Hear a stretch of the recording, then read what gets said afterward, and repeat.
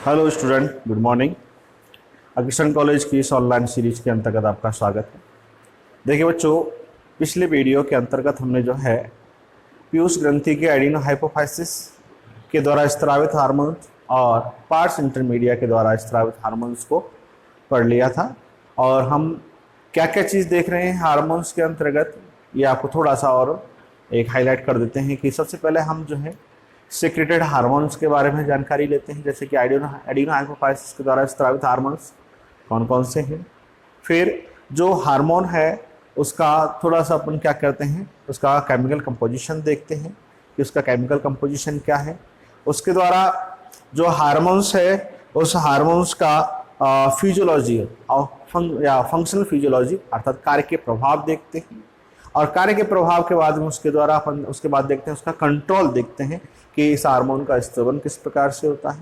और इसके बाद अपन देखते हैं कि अगर हार्मोन का सिक्रेशन प्रॉपर नहीं होता है, it means abnormality of hormone secretion, अर्थात हार्मोन के द्वारा किस प्रकार का कोई एबनॉर्मलिटी होती है वो हम देखते हैं। ठीक है, तो ये कुछ बिंदु हैं जिनको लेकर हम यहाँ चर्चा कर रहे हैं। तो इसी क्रम में हम आगे यहाँ बात कर रहे हैं आज न्यूरोहाइपोफाइसिस सीक्रेटेड हार्मोन। ठीक है, तो न्यूरोहाइपोफाइसिस सीक्रेटेड हार्मोन से पहले थोड़ा सा आपको बता दें कि न्यूरोहाइपोफाइसिस क्या है। पहले हम वैसे पढ़ चुके हैं, लेकिन जैसा कि आप लोग या एक स्वाभाविक प्रकृति होती है बोलने की, थोड़ा सा हम उसको हाईलाइट कर लेते हैं। तो देखिए, आप लोग पता है कि इसका जो छोटा हिस्सा होता है ये इसका एंटीरियर पार्ट होता है, ये इसका क्या होता है बच्चों, पोस्टीरियर होता है। ठीक है, तो पोस्टीरियर पार्ट जो होता है इसी को अपन क्या कहते हैं, न्यूरोहाइपोफाइसिस कहते हैं। ये पिछले वीडियोस के अंतर्गत आपको बता चुके हैं। ये कौन सा हो गया है, एंटीरियर, इट मींस एडिनोहाइपोफाइसिस। ये पोस्टीरियर, इट मींस न्यूरोहाइपोफाइसिस। और मध्य का भाग जो होता है वो पार्स इंटरमीडिया होता है। ये आप लोग पहले पढ़ चुके हैं। ठीक है, अब देखिए बच्चों, थोड़ा सा हम यहाँ इसकी हिस्टोलॉजी के बारे में बात कर लें न्यूरोहाइपोफाइसिस की। तो न्यूरोहाइपोफाइसिस जो कि इसका पोस्टीरियर पार्ट होता है, जिसके द्वारा बहुत कम हार्मोन्स अर्थात केवल 2 ही हार्मोन्स का स्त्रवन किया जाता है। और इस न्यूरोहाइपोफाइसिस की अगर हिस्टोलॉजी के बारे में बात करें तो इसके अंतर्गत जो है बच्चों, एक तो क्या होते हैं, नर्व फाइबर्स पाए जाते हैं। क्या पाए जाते हैं, नर्व फाइबर्स पाए जाते हैं। ठीक है, गिलियल सेल्स पाए जाती हैं। ठीक है, गिलियल सेल्स पाई जाती हैं। और तीसरे प्रकार की हिस्टोलॉजिकल जो स्ट्रक्चर होती हैं वो होती हैं इसके अंतर्गत पिट्यूसाइट्स। ठीक है, ये कुछ इसकी संरचना है या ये विशिष्ट प्रकार की कुछ कोशिकाएं या विशिष्ट प्रकार के हिस्टोलॉजिकल स्ट्रक्चर्स हैं जो कि इस न्यूरोहाइपोफाइसिस का क्या करती हैं, निर्माण करती हैं। ठीक है, तो एक शॉर्ट टाइप में अपने इसके हिस्टोलॉजिकल स्ट्रक्चर के बारे में आपको बताया कि न्यूरोहाइपोफाइसिस जो है उसके अंतर्गत कौन कौन सी हिस्टोलॉजिकल स्ट्रक्चर्स पाई जाती हैं। ठीक है, अब देखिए हम बात करते हैं, यहाँ पर सीधा आते हैं कि सीक्रेटेड हार्मोन। ठीक है, तो न्यूरोहाइपोफाइसिस के द्वारा सीक्रेटेड हार्मोन कौन कौन से हैं। तो सीक्रेटेड हार्मोन जो है बच्चों, इसके आपको पता होना चाहिए, 2 हैं। एक है आपका ADH और एक है आपका ऑक्सीटोसिन। ठीक है, तो ADH को अपन बेसोप्रेशन भी कहते हैं। ठीक है, ADH को अपन किस नाम से, ऑक्सीटोसिन को अपन किस नाम से भी जानते हैं, बेसोप्रेशन के नाम से भी जानते हैं। और इसका पूरा नाम क्या है, ADH का पूरा नाम होता है बच्चों क्या, एंटी डाईयूरेटिक हार्मोन। ठीक है, क्या होता है बच्चों, एंटी डाईयूरेटिक हार्मोन। ठीक है, एंटी डाईयूरेटिक हार्मोन और ऑक्सीटोसिन या बेसोप्रेशन 2 हार्मोन्स का न्यूरोहाइपोफाइसिस के द्वारा स्त्रवन किया जाता है। ठीक है, अब यहां हम बात कर रहे हैं इनकी केमिकल कंपोजिशन ऑफ क्या, ऑक्सीटोसिन एवं ADH हार्मोन। ठीक है, तो chemical composition of ADH and oxytocin, ठीक है, हार्मोन, ये 2 हो गए। दोनों हार्मोन्स की केमिकल कंपोजिशन हम यहां देखते हैं। तो देखिए बच्चों, ये हार्मोन्स जो हैं दोनों ही पेप्टाइड हार्मोन होते हैं बच्चों। ठीक है, कौन से हार्मोन होते हैं? दोनों ही पेप्टाइड हार्मोन होते हैं। इट मींस पॉलीपेप्टाइड चेन होती है और दोनों की श्रृंखला के अंतर्गत जो है कितने 9 एमिनो एसिड पाए जाते हैं। कितने पाए जाते हैं? 9 एमिनो एसिड पाए जाते हैं। 9 एमिनो एसिड्स की क्या होती है? इन दोनों की श्रृंखला होती है। तो इनके अंतर्गत अंतर क्या होता है? तो अंतर के बारे में अगर हम बात करें तो बच्चों इन हार्मोन्स के जो 9 एमिनो एसिड्स होते हैं, इनके कुछ एमिनो एसिड के अंतर्गत क्या होती है? विविधता पाई जाती है और उसी के आधार पर इनका क्या है? अलग अलग नाम किया गया है। जैसे कि मैं यहां पर आपको एक बार लिख के बता रहा हूं कि जो हमारे पहले हम बात कर रहे हैं किसकी, क्या कहते हैं? एडीएच की। ठीक है, तो एडीएच की अगर हम बात करें तो एडीएच के अंतर्गत कितने हार्मोन्स होते हैं? 9 हार्मोन्स, कितने एमिनो एसिड होते हैं? 9 एमिनो एसिड होते हैं। वो कौन कौन से? जैसे कि CYS, TYR, ठीक है, ली, ग्लेन,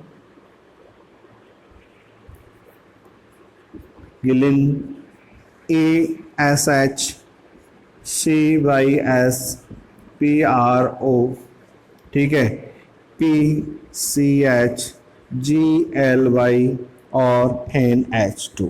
ठीक है बच्चों, तो इस प्रकार से आप देखिए 1 2 3 4 5 6 7 8 और ये 9 और ये NH2 समूह होता है। तो इस प्रकार से ये 9 एमिनो एसिड की जो श्रृंखला है ये किसकी है बच्चों? ADH की है।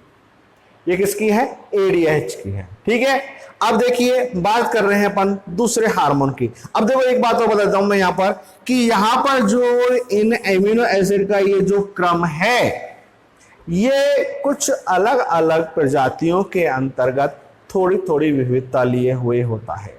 समझ में आई क्या बात? जैसे कि ये मैंने जो आपको यहां लिखा है ये क्रम है ह्यूमन बीइंग के अंतर्गत पाए जाने वाला कौन सा? एडीएच हार्मोन के एमिनो एसिड। ठीक है, अब अगर हम बात करेंगे किन्हीं अन्य स्तनधारी जैसे कि सुअर, गाय, बिल्ली, तो उनके अंतर्गत इन हार्मोन्स के अंतर्गत जो एमिनो एसिड होते हैं उनके क्रम में 1 या 2 का क्या होता है? अंतर होता है। बाकी संख्या इतनी ही होती है, 9 के 9 एमिनो एसिड ही होते हैं, लेकिन अंतर होता है केवल क्या?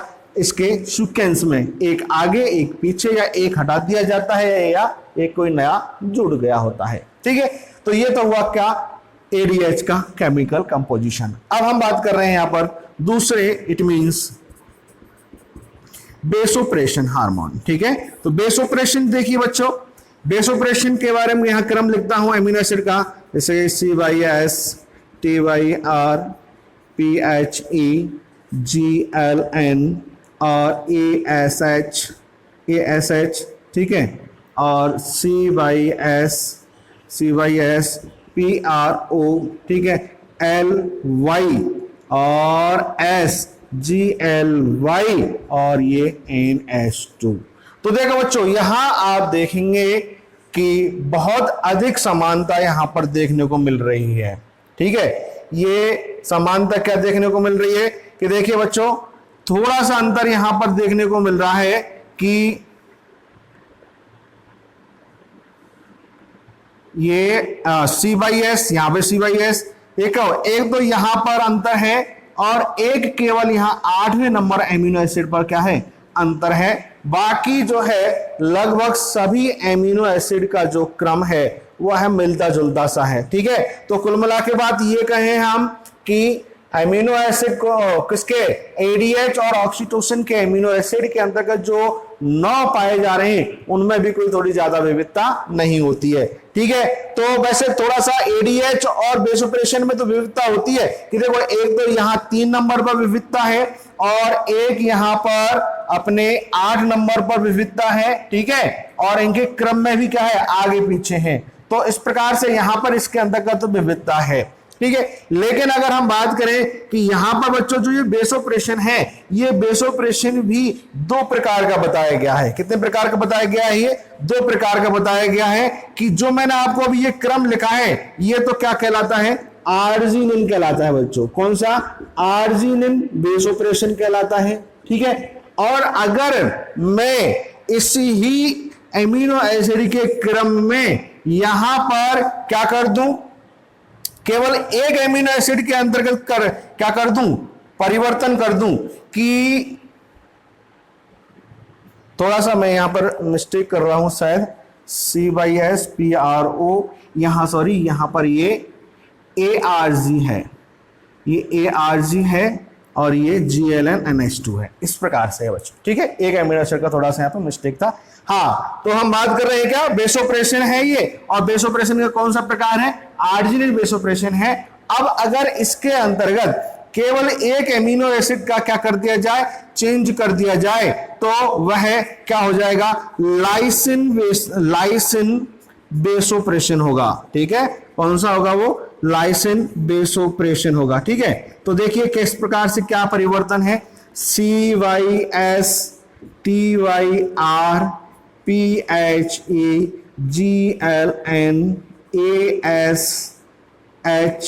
ठीक है, CYS और PRO, ठीक है। और यहां तक तो एकदम सही सेम क्रम है। अब यहां पर क्या होता है, थोड़ा सा चेंज आता है इसमें, LYS और GLYNH2। तो यहां पर इसके लास्ट के इन एमिनो एसिड के क्रम में परिवर्तन और इसे एमिनो एसिड के स्थान में परिवर्तन से क्या हो रहा है बच्चों, दूसरे प्रकार का बेसोप्रेशन माना जाता है। कौन सा, लाइसिन बेसोप्रेशन, ठीक है। तो इस प्रकार से इसके अंतर्गत भी वही 9 एमिनो एसिड की श्रृंखला होती है, और इस 9 एमिनो एसिड की श्रृंखला के द्वारा भी जो है केवल थोड़े से परिवर्तन से यहां पर ये 2 प्रकार के क्या बेसोप्रेशन बताए गए हैं, ठीक है। तो 2 प्रकार के क्या हो गए बेसोप्रेशन, कौन कौन से, आर्जिनिन बेसोप्रेशन और दूसरा कौन सा बच्चों, लाइसिन बेसोप्रेशन, ठीक है। तो इस प्रकार से ये यहां पर हो गया किसका, केमिकल कंपोजिशन ऑफ ADH और ऑक्सीटोसिन हार्मोन, ठीक है। तो ये हुआ इनका क्या, केमिकल कंपोजिशन। अब देखिए आगे हम बात करते हैं यहां पर physiological function of ADH hormone, ठीक है। तो हम बात करेंगे किसकी, ADH हार्मोन के फिजियोलॉजिकल फंक्शन, फिजियोलॉजिकल फंक्शन, ठीक है। तो देखिए बच्चों, ADH का मुख्य काम होता है क्या, शरीर में जल संतुलन का। किसका बच्चों, शरीर के अंतर्गत जल संतुलन का क्या होता है बच्चों, मुख्य काम होता है, ठीक है। अब ये जल संतुलन का काम कैसे होता है उसे मैं आपको बताता हूं कि देखिए क्या होता है कि ADH जो हार्मोन है, इस ADH के हार्मोन के कमी के कारण क्या होता है बच्चों, कि जो हमारी किडनी के अंतर्गत क्या, किडनी इट मीन्स जो वृक्क होते हैं, उन वृक्क के अंतर्गत क्या होती हैं, संग्रह जो नलिका होती हैं, ठीक है, जो कलेक्टिंग डक्ट होती हैं, उन कलेक्टिंग डक्ट के अंतर्गत क्या होता है कि जब ADH की क्या मात्रा या हार्मोन की मात्रा कम होती है, तो इसके प्रति, किसके प्रति, जल के प्रति अपारगम्यता उत्पन्न हो जाती है। क्या हो जाती है, अपारगम्यता उत्पन्न हो जाती है।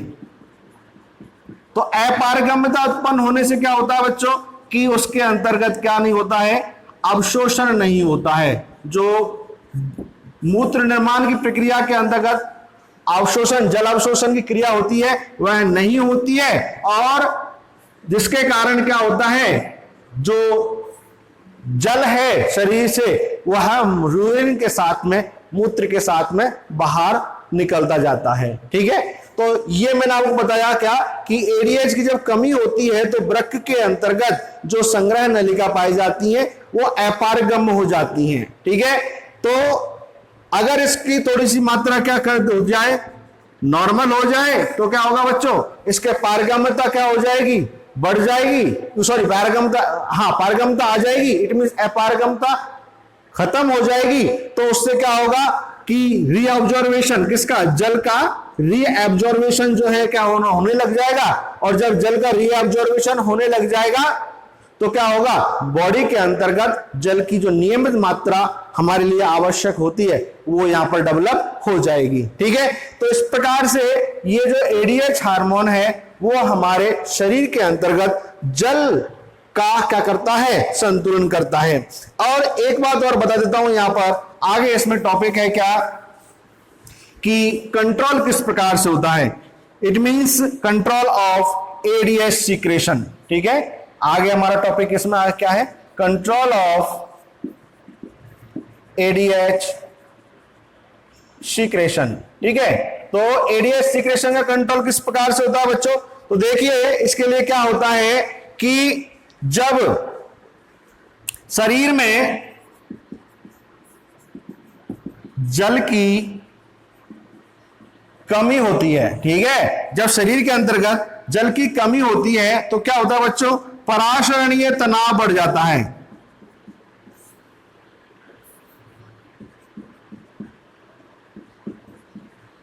पराशरणीय तनाव क्या हो जाता है, बढ़ जाता है। और पराशरणीय तनाव बढ़ने से क्या होता है बच्चों कि जो हमारा हाइपोथैलेमस होता है, हाइपोथैलेमस जो होता है, हाइपोथैलेमस के अंतर्गत जो पराशरण ग्राही क्या होता है, केंद्र होता है, पराशरण ग्राही केंद्र जो होता है वो क्या हो जाता है बच्चों, सक्रिय होता है। ठीक है, पराशरण ग्राही केंद्र क्या हो गया, सक्रिय हो गया। इससे क्या होता है, जो सुप्रा ऑप्टिकल नाविका होती है, सुप्रा ऑप्टिकल नाविका होती है, ठीक है, ये भी कहां पर होती है, वही हाइपोथैलेमस के अंतर्गत होती है।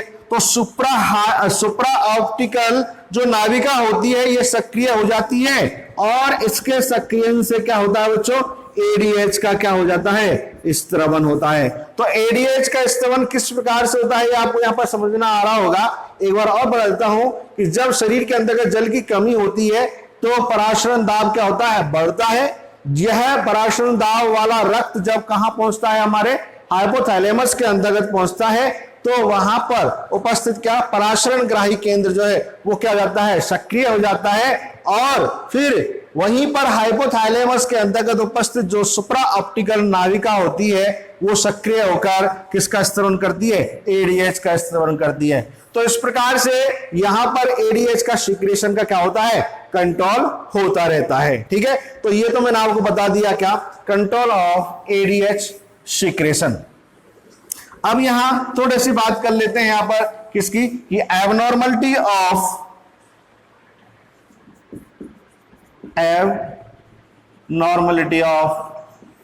एडीएच, अर्थात एडीएच के कारण क्या क्या एबनॉर्मलिटी होती है। तो देखिए बच्चों,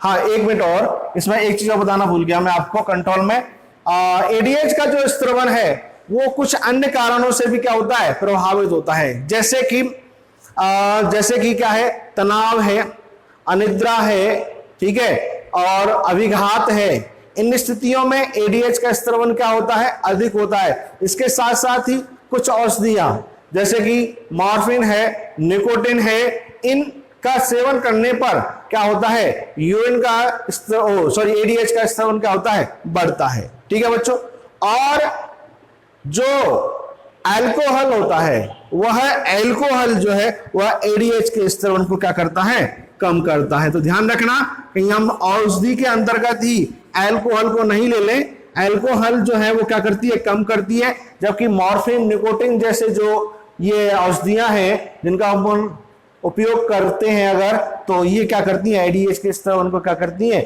बढ़ाती हैं। ठीक है, तो इस प्रकार से ये एडीएच के स्त्रवन को ये कुछ और कारक भी जो है वो भी प्रभावित करते हैं। ठीक है, अब आते हैं कि एबनॉर्मलिटी किस प्रकार से उत्पन्न होती है। ठीक है, तो देखिए बच्चों, जब एडीएच का स्त्रवन क्या होता है, कम होता है, ठीक है, हाइपोसीक्रेशन होता है, तो क्या होता है, यूरिन वॉल्यूम बढ़ता है। यूरिन वॉल्यूम क्या हो जाता है बच्चों, इंक्रीज हो जाता है। ठीक है, क्यों, क्योंकि क्या हुआ बच्चों, क्या हुआ कि जो हमारी संग्रह नलिकाएं हैं उन संग्रह नलिकाओं के अंतर्गत जल के प्रति क्या उत्पन्न हो जाती है, अपारगम्यता उत्पन्न हो जाती है। अवशोषण करने की क्षमता क्या हो जाती है, कम हो जाती है। इसके कारण यूरिन का वॉल्यूम क्या हो जाता है, बढ़ जाता है, ऐसी स्थिति में व्यक्ति को बार बार मूत्र उत्सर्जन की आवश्यकता होती है और इस कंडीशन को कहते हैं अपन डाईयूरेसिस। इसे अपन क्या कहते हैं? डाईयूरेसिस कहते हैं। ठीक है बच्चों। अब इसी प्रकार से अगर एडीएच का स्रवण क्या होगा? बढ़ेगा। तो बढ़ने पर क्या होगा? जो क्या कहते हैं यूरिन है वह कैसा होगा? अति पराशरणीय होगा। ठीक है, अति पराशरणीय मूत्र का उत्सर्जन होता है बच्चों। ठीक है, अति पराशरणीय यूरिन का क्या होगा? उत्सर्जन होगा। क्यों? क्योंकि अवशोषण की दर क्या होगी? बढ़ जाएगी, और अवशोषण की जब अधिक हो जाएगी दर तो उससे क्या होगा? यूरिन बहुत क्या हो जाएगा? एक तरह से अति पराशरणीय हो जाएगा, और अति पराशरणीय स्थिति के अंतर्गत ही यूरिन का क्या होगा? उत्सर्जन होगा। ठीक है, तो ये क्या हुआ? एडीएच के क्या प्रभाव हुए या एबनॉर्मलिटीज ऑफ एडीएच सीक्रेशन। इस प्रकार से यहां हमारा एक जो हार्मोन है, कौन सा? एडीएच हार्मोन, ये कंप्लीट होता है। अब बात करते हैं हम अगले हार्मोन की, और अगला हार्मोन है हमारा कौन सा? Oxytocin hormone. ठीक है बच्चों, तो देखिए बच्चों, ऑक्सीटोसिन हार्मोन, ऑक्सीटोसिन के हम केमिकल कंपोजिशन पढ़ चुके हैं। ठीक है, ऑक्सीटोसिन का हम केमिकल कंपोजिशन पढ़ चुके हैं। अब हमको जो है ऑक्सीटोसिन का देखना है केवल प्रभाव, कि ऑक्सीटोसिन का प्रभाव क्या होता है। ठीक है, it means physiological function of oxytocin. तो टॉपिक है हमारा ऑक्सीटोसिन के अंतर्गत फिजियोलॉजिकल फंक्शन ऑफ ऑक्सीटोसिन। ठीक, अब देखिए फिजियोलॉजिकल फंक्शन ऑफ ऑक्सीटोसिन में सबसे पहले बात करते हैं अपन क्या, कि जो फीमेल्स के अंतर्गत गर्भाशय होता है। ठीक है, फीमेल्स के अंतर्गत जो गर्भाशय, या यूं कहें इंग्लिश के अंतर्गत यूटेरस जो होता है, वह यूटेरस की मांसपेशियों के अंतर्गत। ठीक है, तो गर्भाशय की मांसपेशियों में क्या करता है? संकुचन पैदा करता है। ठीक है, गर्भाशय की मांसपेशियों के अंदर क्या करता है? ये संकुचन पैदा करवाता है। कब? डिलीवरी के समय। डिलीवरी के समय जो है भ्रूण को या शिशु को जन्म देने के लिए क्या करता है? संकुचन पैदा होता है गर्भाशय की भित्तियों के अंतर्गत, जिससे कि एक दाब उत्पन्न होता है, जिससे कि क्या जो है शिशु जन्म ले पाता है। ठीक है, तो ये ऑक्सीटोसिन का काम हो गया क्या, कि गर्भाशय की मांसपेशियों के अंतर्गत क्या करता है? संकुचन पैदा करता है। दूसरा क्या है? दुग्ध स्त्रवण में पहले भी हम पढ़ चुके हैं। ठीक है, तो दुग्ध स्त्रवण, तो दुग्ध स्त्रवण में भी क्या होता है? इस ऑक्सीटोसिन हार्मोन का क्या होता है? फंक्शन होता है। कैसे? कि जब नवजात शिशु जो होता है, तो नवजात शिशु जब अपनी मां के स्तनाग्र अर्थात निपिल्स को टच करता है, तो उस समय क्या होता है कि जो है इस ऑक्सीटोसिन हार्मोन का स्त्रवण होता है, और उसके द्वारा जो है क्या दुग्ध स्त्रवण की प्रक्रिया को प्रेरित किया जाता है। ठीक है, तो दूसरा काम हो गया क्या, कि इसके दुग्ध स्त्रवण की प्रक्रिया को प्रेरित किया जाता है। ठीक है, तो इसी के साथ ये क्या हुआ, इसके एबनॉर्मलिटीज नहीं है बच्चों, ज्यादा इसकी ऑक्सीटोसिन कोई एबनॉर्मलिटीज नहीं है, क्योंकि ये हमारी फिजियोलॉजिकल जो अन्य क्रियाएं हैं उनको प्रभावित नहीं करता है। ये केवल जो है महिला अर्थात जो गर्भवती महिला होती है, और जो शिशु को जन्म देने वाली माँ होती है, उसके ही अंतर्गत क्या है, अपने थोड़ा फिजियोलॉजिकल फंक्शन क्या करती है, व्यक्त करता है। ठीक है, तो इसके कोई ज्यादा एबनॉर्मलिटीज नहीं है, यही इसके प्रभाव है। और इसी के साथ जो है आज हमारा जो है ये एक पीयूष ग्रंथि कंप्लीट हुई है बच्चों। शुरुआत में हमने पीयूष ग्रंथि की संरचना पढ़ी थी, और उसके बाद इस पीयूष ग्रंथि के तीनों भागों के द्वारा स्रावित तीनों भागों के द्वारा स्रावित जो हार्मोन्स हैं, उन हार्मोन्सों को पढ़ा है। ठीक है, तो इसका मतलब आप समझ गए होंगे कि पीयूष ग्रंथि अपने आप में कितनी महत्वपूर्ण एक टॉपिक है। और इस पीयूष ग्रंथि में से हर साल हमारी यूनिवर्सिटी की जो एग्जाम है वो क्वेश्चन जरूर पूछा ही जाता है, चाहे वो संरचना को लेकर, चाहे वो किसी हमारे इस प्रकार से इन हार्मोन्स के कार्य, फंक्शन, फिजियोलॉजी का फंक्शन, जो प्रभाव है आदि सबको लेकर पूछा जाता है। ठीक है, तो अब हम नेक्स्ट वीडियो में एक अगले ग्लैंड अर्थात ग्रंथि के साथ मिलते हैं। तब तक के लिए goodbye and thank you.